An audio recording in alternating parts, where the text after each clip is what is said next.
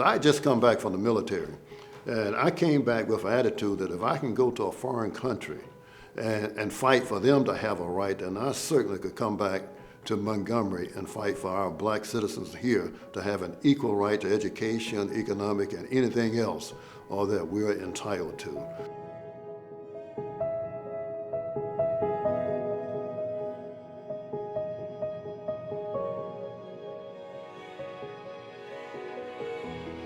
School desegregation in the 1960s and 1970s really had not addressed segregation in higher education. All the cases involved K-12 schools. The Levy-Macon cases here in Alabama are the most famous, of course. And in the K-12 desegregation cases had turned into what I would call head count cases, because the standard of whether vestiges of segregation still remained in the K-12 schools, according to the courts, was whether or not a school was, quote, racially identifiable. And by racially identifiable, they usually meant 90% or more black, 90% or more white. It was a head count. The burden was pretty much on black students in K-12 desegregation throughout the South, not just here in Alabama. The lawsuit was filed on January 15th, I can remember that date, 1981. Now that was the original lawsuit. It was Knight v. James at that time. Governor James was the governor of the state of Alabama, so it was against Governor James and all of your four-year institutions. So that was the first one that was filed. What happened was the Department of Education filed a similar suit in Birmingham after that, maybe a year or two after we filed the original case here in Montgomery. So rather than litigate the same issues in two different judicial circuits, we dropped the lawsuit that I had filed, that was Knight v. James here in Montgomery. We petitioned the court to intervene in the lawsuit in Birmingham, Alabama, that the Justice Department had filed against the state of Alabama because of segregated four-year institutions. You had your white schools basically, and you had your black schools. You had very few black faculty members at your traditional white institutions. You did have some whites at your traditional black institutions, but it was segregated. There was no question. It was segregated as it came out in the court because that's the way they wanted it to be in Alabama. And so we had to prove, and it was not difficult proving that they had participated in the practice and pattern of segregation of our school system because they were segregated. And you had all type of historical documents in terms of the segregation, how it took place and things of that nature that you could present to the court. And the state of Alabama couldn't say that it didn't happen because they were a matter of legislative records, they were a matter of all the records dealing with education in the state of Alabama. So from a historical standpoint, there was no denial that Alabama State and Alabama A&M had been discriminated against.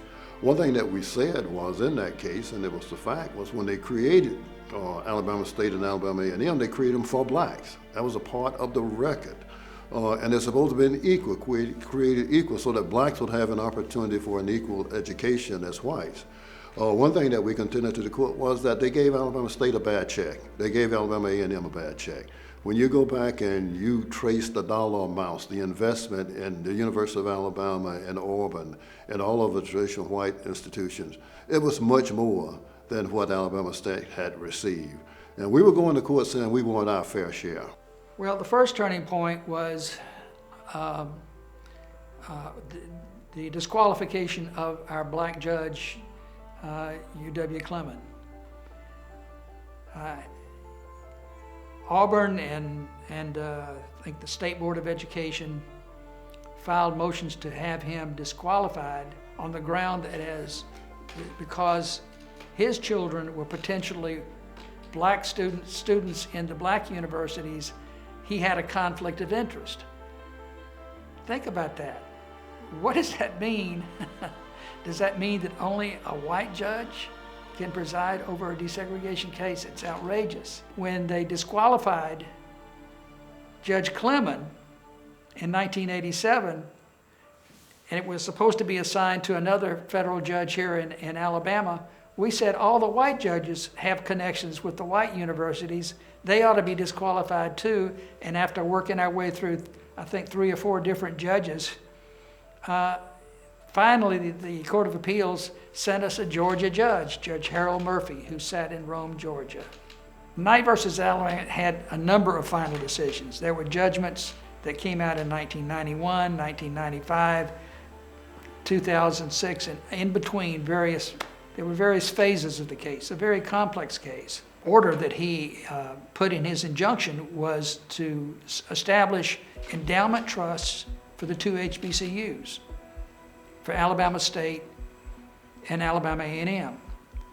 And he required the state to contribute $1 million each year into an endowment trust and match any amount that the universities were able to raise on their own. The final order was that they had segregated against Alabama State as well as Alabama A&M, and the order was to have a remedy in terms of how to correct the things that had been done in the past, knowing that you couldn't go back all of those years and make all the corrections, but trying to make certain that Alabama State would continue to exist as well as Alabama A&M. We won that case, and the court put together a committee to oversee the implementation of it. Alabama State was awarded programs, was awarded money. Alabama A&M was awarded programs and money. We were given that time also a trust for educational excellence. I think as we speak today, Alabama State has a trust for excellence probably in excess of $100 million. And I think A&M has probably about 50 or 55 million in their trust for excellence. That's something that would be there forever. To help with faculty development, to help with the academic programs at Alabama State. And when you look around the campus here at Alabama State, you see the new buildings, the new programs, the PhD programs, the graduate programs. All of those were a part of the lawsuit and the implementation. During the implementation, we had to place in the Alabama State budget a line item for Alabama State, a line item for Alabama A&M, and it was called the Knight line item. And that was the revenue for all of the new programs that were granted to Alabama State as well as to Alabama A&M.